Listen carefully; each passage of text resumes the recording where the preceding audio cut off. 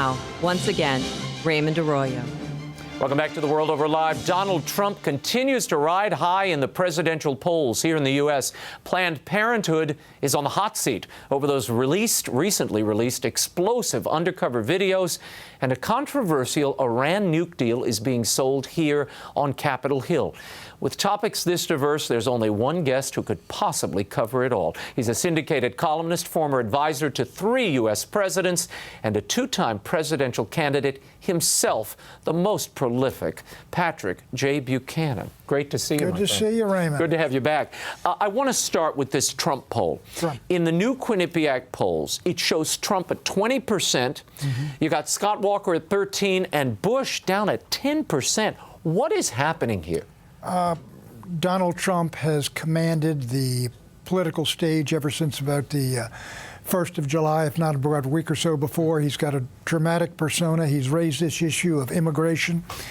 People have attacked him and jumped on him, and American people are looking at him and say, at least the guy's authentic, he's real, he's saying what he believes, and he's up against a field which I think is fairly colorless, is sort of vanilla.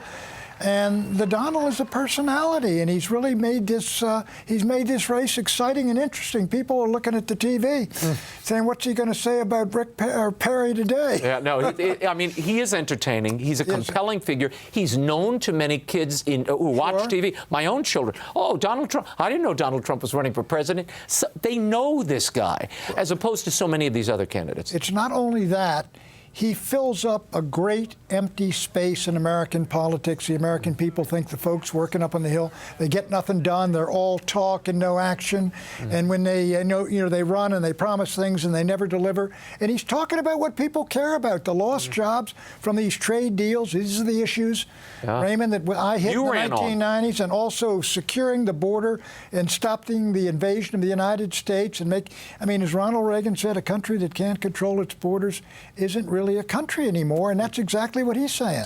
Now, Pat, you ran twice, and you had this same message. The Buchanan brigades out there. You almost took down President Bush at the time. Gave him a run for his money in New Hampshire. Tell me how things have changed today for an insurgent candidate who is obviously running against Washington. Has the math changed given the last 8 years of the Obama administration? The math in the Republican Party has not changed that greatly in my judgment, except this: there is a greater awareness in the Republican Party of the border issue than there was when I raised it in 1991, 1992. Secondly, the Republican Party has lived with, and the country has lived with, all these trade deals, and they found out that all your factories and jobs, look, in the first decade of this century, you got 55,000 factories were shut down and 6 million manufacturing jobs disappeared. Now, we said in 1991 and 92, this is what's going to happen. Now that it's happened, it's a little easier to make the case. Yeah. So you've got Trump in there. How has he changed the dynamics of this race, the issues that will be talked about? I mean, you mentioned 2 of the biggies, trade and immigration. These are things that, let's face it, some of the other candidates, a lot of these other candidates are not talking about, really don't want to talk about. Has he made these 2 issues must discuss for whoever ends up with this nomination? I think he's not only done that, certainly on the immigration issue, the border fence and security on the border, and secondly on the trade issue, but the Republican Party is locked into its free trade agenda ideologically, and because the folks down the street at the Chamber of Commerce, the Business Roundtable, the Fortune 500, they say, look, we want the ability to move our factories to Asia and bring our products back free of charge, and that's what we give you all this money for. And Trump is hammering that issue, but he's doing something else also. As I said, he's filling up this vacuum, and the fact that people are piling on him. There's a real belief in the country, I think, that the political class, the ruling class, has failed America, and that's exactly what he is saying, and they are all part of it. Is there another candidate that you see in this lineup who could possibly step into the position should Trump begin to fail? I mean, this guy's got a 58% negative rating right now in the polls, Pat. 58%, right? 58% negative. Those are really high negatives. You get 42% in the primaries, you win. Yeah, well, don't worry about the negatives. Is that the Buchanan math here? Well, you know, I found it. I mean, when I was running, I found out, was it against Bush? It was Brown, Clinton, Buchanan, and Bush were the last four standing in the two parties. All four of us had negatives in the 40s. All four of us. Of course, my positives weren't that high, but all four of us had the same negatives. And that's what these things do to you. But you mentioned one individual. I had thought there was one, and that's Ted Cruz, because he's a terrific speaker. He's a debater.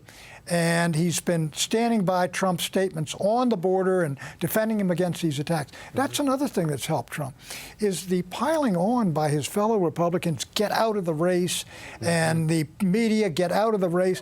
Who are these people to tell individuals whether or not they're allowed to run for president of the United States? And so I think when they all piled on, the American people tend to say, look, I'll go with the underdog here. And you believe Trump can go all the way here? Well, see, I believe if now we don't know, as I said, there's a possibility he could implode or explode somewhere along the way, or make some statement, or the Oppo researchers dig up things that are really very bad news, worse than everything. As you wrote, the presidential race is a minefield for the cautious, and Trump is not a cautious man. For the incautious. Incautious, and he's not a cautious man. That's right. But he's made a couple of gaffes. But the American people, I mean, I think to their credit, are saying, look, okay, he shouldn't have said that McCain failed because he was captured or something like that. It was ridiculous. But they say that doesn't justify a death sentence in politics or driving him out of the race when we haven't had a chance to vote. No, it's interesting. Christie and Cruz are the two guys who've sort of supported Trump and his run every step of the way. I don't know whether they step in or not. He has assets that they don't have, and of course he's consuming all the oxygen out there. He really is. These other fellows can't get any airtime. When they get airtime, they're asking, "What do you think about Trump?" Donald Trump? Yeah, that's not what you want to hear. Amazingly, there's a St. Petersburg poll came out today. It shows Trump at 26%, beating Bush, who's at 20%, and Marco Rubio at 10%. That's in the state of Florida, which is stunning. Well, if you had the primary in Florida and that's the outcome, that would be the end of the race. So you really think he well, has... see, you know, it's a tremendous... I mean, we've seen him in the last time out. You saw Herman Cain was in the lead, and Michelle Bachmann was in the lead, and Newt had a real run, and all of them had a run. And it can be that he implodes or he goes down, and you all of a sudden run the Iowa caucuses and say he runs third or fourth. That would knock the air out. He'd have to come back in New Hampshire. But if it were right now, and these kinds of numbers and this surge kind of going on, I bet he wishes it were January 1. I need to go to this Planned Parenthood video, the latest undercover video of Planned Parenthood officials discussing the sale and acquisition of body parts was released this week. Now, this is Dr. Savita Gind. She's the VP and medical director of the Planned Parenthood of the Rocky Mountains. Watch this. It's disturbing. We do tissue collection for collected some. Here's some organs for you. They're all attached. Here's the stomach. Oops, sorry, they both of you. Kidney. Heart. I think it's the stomach. Yeah. A heart. Kidney and adrenal. I don't know what else is in there. Tiny. Arms. I don't see the legs. Did you see any legs? I didn't really look, but. Oh, there you go. Yep. You got all of them right there. Another boy. Disturbing video. And at the end, you heard the guy, they're poking at the dish there, and they have the body parts of this child. And he says, oh, it's a boy. It is staggering that you have these people admitting. Last week they were saying this is fetal tissue. Now we're talking about body parts and identifying the remains as a boy. What does this represent for Planned Parenthood? Well, what it represents for the country, unbelievably cold and callous, ideological indifference to human life.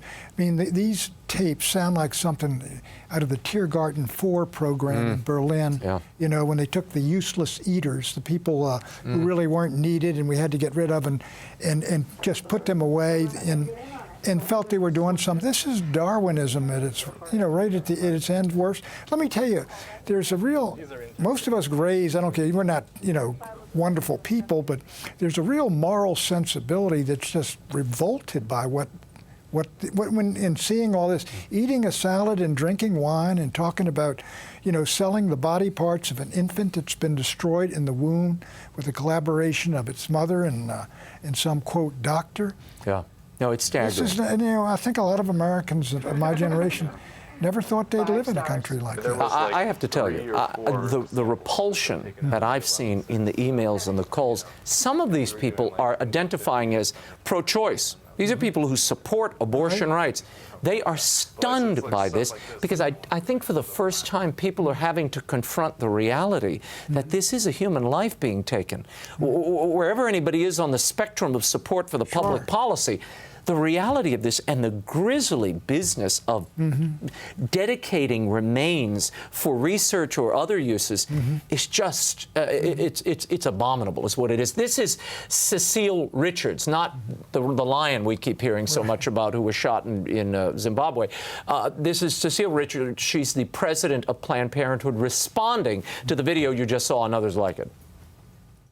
This has been a 3-year, well-funded effort by the most of the anti-abortion movement in this country to try to entrap doctors, and of course highly doctored videos which show absolutely, doctors repeatedly said, it's all been edited out, Planned Parenthood does not at all profit from fetal tissue donation, which is an important element of healthcare research in this country.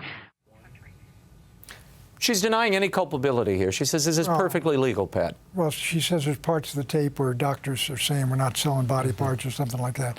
But that doesn't deny the reality of what these folks said, what they're talking about, what we saw, and what they did. And the idea that you can take an unborn child fighting for life and look at it as something, like we can take its parts after we kill it, crush the head, crush the body parts, and save the special parts for sale in America in 2015 is astonishing. No, well, I mean, people can say what they want about doctored video, and look, we're both in television, right? We've been in broadcast, there is video that's doctored. Watching that undoctored video, just that segment, where they're poking with a stick through the remains and say, hey, you like an eyeball, you want a heart, and oh look, here's a leg, and it's a boy. That alone is the most indicting bit of video. Right. I don't know what you say to that grisly manifestation. Well, and what does it say about the people that can do that so casually when you realize that this unborn child has been murdered, torn to pieces, and you're looking at the results of what was done. Pat, there is an effort on Capitol Hill to defund Planned Parenthood. Mitch McConnell has scheduled what we have to admit is little more than a pro forma vote. Right. It doesn't look like he's going to get the 60 votes. That's what you'd need to override the presidential veto. Is this just kabuki on Capitol Hill? You need 67 to override the presidential veto, but I think they ought to do it. I think they ought to, put that up and say, look, this is what we're voting against. If you fellas want to vote for it, go ahead and vote for it. But we are revolted by this whole thing, repulsed by it, and we'd like to go on record and saying we want no part of an organization that does that, and we don't want to give the tax dollars of the American people to people like that. Yeah. Well, the vote is going forward on Monday, but passage does not appear the Senate, it'll be interesting to see who votes that way on it. But, they're going to defund the whole organization. That's $500 million.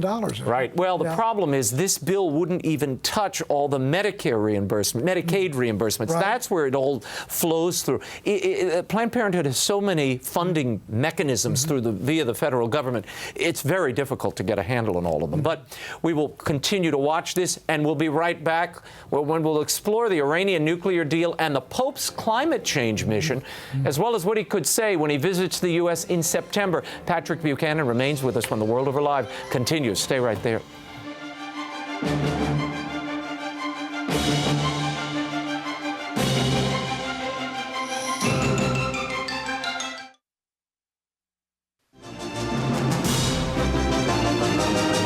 Now, once again, Raymond Arroyo. Welcome back to The World Over Live. Syndicated columnist, author, and two-time presidential candidate Pat Buchanan is once again at the desk with us. Let's get into this Iranian nuclear deal. Minority Leader Nancy Pelosi today called the deal a diplomatic masterpiece. What's wrong with that, Pat? Well, let me say this. The deal is going to go through. It's going to go through because if the United States, for example, if they overrode the president's veto of their rejection of the deal, the United States would be relatively isolated and all these other countries would simply head straight for Iran. And if Iran is smart, which I think they're very smart, they would simply agree to the terms of the deal and follow them scrupulously, and the Americans would be outside the whole business. And I think you'd have a lot of American businesses climbing the walls. But let me say this. I have been of the view for a long time that Iran doesn't want to bomb. They have the ability and the knowledge to build one. They could have built one long ago.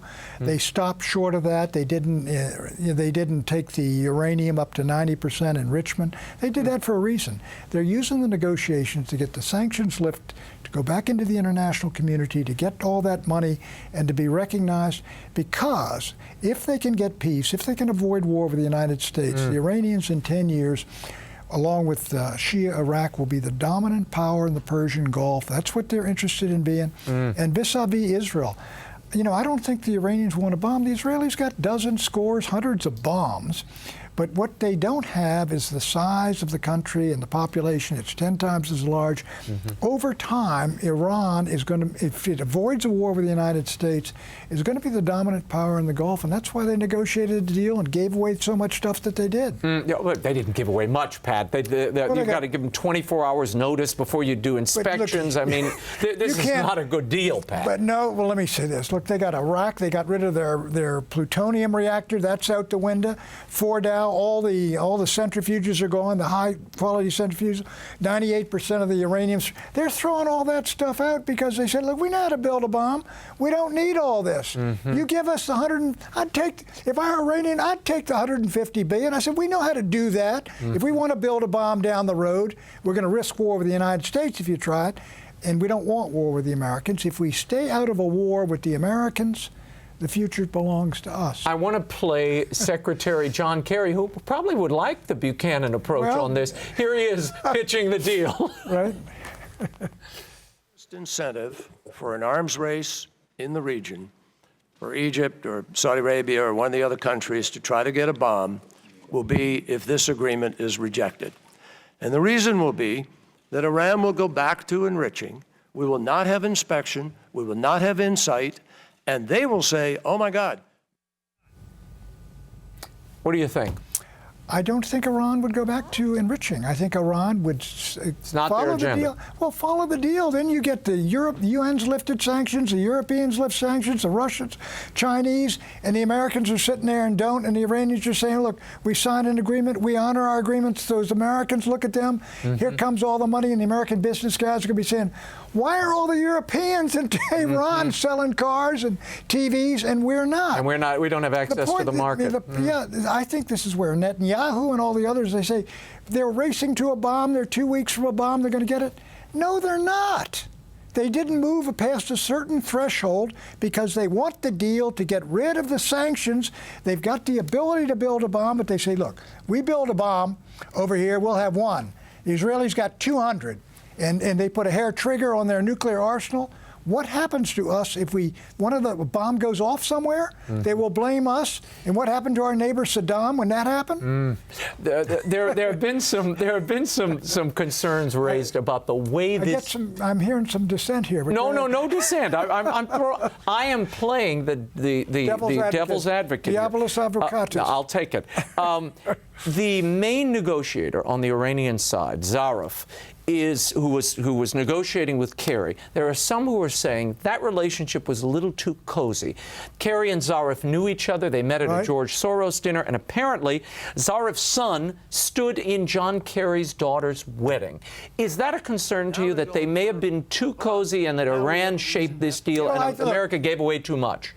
Well, I think maybe we could have got a better deal, but I'll be honest, when I saw it come out, and they saw Fordow, they're going to all the uranium's coming out All the centrifuges are shut down. 98% of the Iraq concerned me. It's plutonium producing. You need a refining plant at the end. They get no refining plant, and they're going to turn the heavy water into a light water. You say, why are they doing all this if they're out to build a bomb? Answer is, they're using this for another purpose. Yeah. And the Americans, of course, they're going to have a bomb.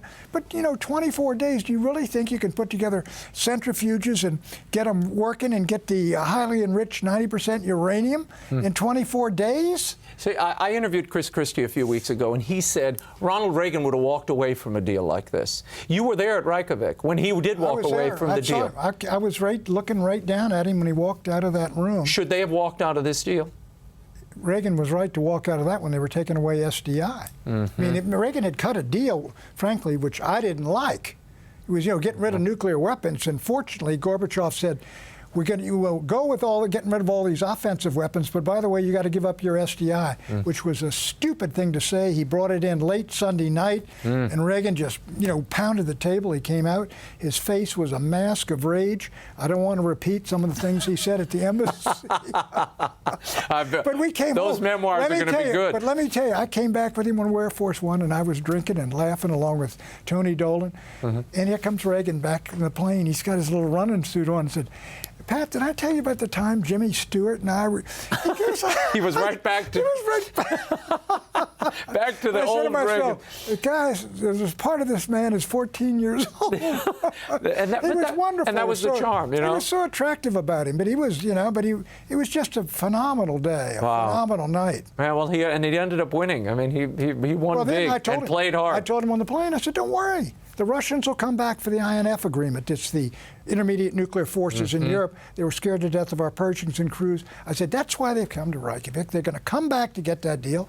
And they came back that November, and we gave up the Pershings and crews, and they gave up their SS-20s. I need to refer to a column you recently wrote, and I'll use it as a means of getting into our conversation of Pope Francis and what he might or might say with the United States. One of the things I said to Tim Russell, we're going to do all the golden oldies, are we? No, this is a golden recent. This is from July 14th. You wrote, the headline was, "Is Capitalism Diabolic?" And you're referring to Pope Francis's statements in South America, particularly in Bolivia, where he called capitalism an intolerable system. What are your concerns about that? I think the Holy Father, when it comes to economics, I think he is too much a man of the neo-socialist left. I think he looks upon capitalism almost in a Marxist view. To me, the free enterprise system, as it's evolved and developed, is the greatest promoter of prosperity, and it's moved more people out of poverty into the working class and the middle class than any other system on earth. Now, does it have real problems? Are we now with a financial community up in New York? They're the ones getting all the money, and the working class jobs are going to. Yeah, can it be approved? But look, we ask for which is a better system. I mean, it's certainly not the Marxists. It's certainly not what they had down there in Argentina. Yeah. I mean, they went belly up about 15 years ago. Now, some will say, look, he's trying to attach a moral vision to the capitalist system. He's concerned that the focus has been solely on profit to the exclusion of your fellow man and the humanity at play. Well, there's a very valid point there, but the purpose of business. People go into business and they buy and provide things and grow things in order that they can make a profit so they can feed their family out of that. And that profit motive is a part of human nature. Now, does it get out of control if you get one individual, playing Monopoly? That's right. You get all the houses and all the build on all the properties, and then you run everybody out of business and kill them. I can tell you were the top hat, weren't you? You were the hat all the time. Top hat coming around. Right. Like and you kept pass and go. Boardwalk and Park Place. To own them all and kill everybody else. Exactly. But he's right there. But you're concerned about the way he goes about rectifying that, invoking an international system that should somehow redistribute wealth. Globalization and some kind of global people running the. Look, you got that in the European Union. Ask the Greeks if it's working out well for them. Let's talk about his climate change agenda, which he has been pushing mightily. Well, he invited all the mayors, many mayors from the U.S. and around the world, into the Vatican just a few weeks ago, and they have signed on to this effort to push these climate reforms that the UN is considering in December in Paris, a good idea, or has he exceeded his charism? Well, I think he's well outside the realm of where he is speaking on faith and morals, and he's speaking on issues, quite frankly, where I think there's legitimate dissent. I mean, I am a climate change skeptic. I hope that doesn't automatic excommunication. But I also think he's speaking out. And look, we are stewards of the earth. And when I was growing up, the air was dirty, the Potomac was polluted, and may still be, and the oceans and everything. And we've done a tremendous amount to clean that up. But again, America's done more almost than any country in the world. That maybe we've got to do more. But the idea of a globalized entity imposing its views and values, opens the door to global tyranny. We've also got our traditions. I don't think the Holy Father really understands, the problems and benefits of the American free enterprise system, and it does have a lot of problems, as well as he might if he hadn't been raised, quite frankly, down there with the guys with the shiny boots and sunglasses. The Perones? The Peronistas. Yeah. Let's talk for a moment. What do you think he's going to say when he comes here, particularly this joint session of Congress? I think he'll probably say many of the same things. It's such a golden opportunity. I think the Holy Father is, as I am, something of a confrontationist. And I think he will read us the Riot Act in a kind way. But I think he's going to say a lot of things, such as he's been saying on climate change and on poverty and on, I'll bet he gets into the immigration issue. And he will not emulate Donald Trump. Let's go to this last issue we have to touch before I let you go. This is Robert Gates, the national president of the Boy Scouts of America, on their decision to allow gay scout leaders into the organization. We'll play this, and I want the Buchanan take on it. Roll it. Due to the social, political, and legal changes taking place in our country and in our movement, I did not believe the adult leadership policy could be sustained. Any effort to do so was inevitably going to result in simultaneous legal battles in multiple jurisdictions and at staggering cost. What do you make of that justification for the decision? It explains it, quite frankly. They're going to file lawsuits against the Boy Scouts in state after state after state, discrimination and all the rest of it. Fighting all these lawsuits will bankrupt the organization.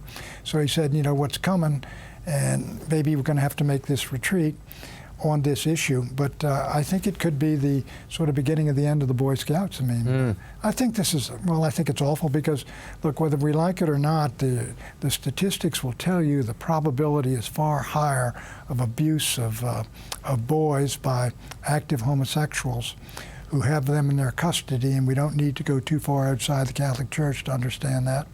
So I think the Mormons, I guess, are looking at whether they want the Boy Scouts to continue. I think the Catholic Church should take a long, hard look at whether they want to continue the association. Robert Gates made the point, and the council, the board that works with the Bishops' Conference that oversees the Catholic involvement in the Scouts, they think, okay, our religious rights will be protected. We'll see. But if the justification for changing the policy was you were worried about litigation, how do you stop the same litigation challenging the religious exemption or carve-out, right? You get the First Amendment with the religious exemption with the church, just like you do on contraception and abortifacients and things like that. And You might. Well, I think the church would probably, I would go along with the church if it said, look, we're not going along with this policy and we think we're protected by it because we're the Catholic Church and we got a First Amendment right to exclude or include whoever we want on a moral grounds. And then if you win the battle, you've got the victory, and if you don't, goodbye and good luck. Very good. Well, we'll leave it there. And Pat Buchanan, goodbye and good luck. Thank you for being here, Pat. Pat's latest book, The Greatest Comeback, How Richard Nixon Rose to Defeat to Create the New Majority, is still available in bookstores everywhere and online. It's before all the bad things happen, Raymond. There you go. Well, you were there right before it all happened, Pat.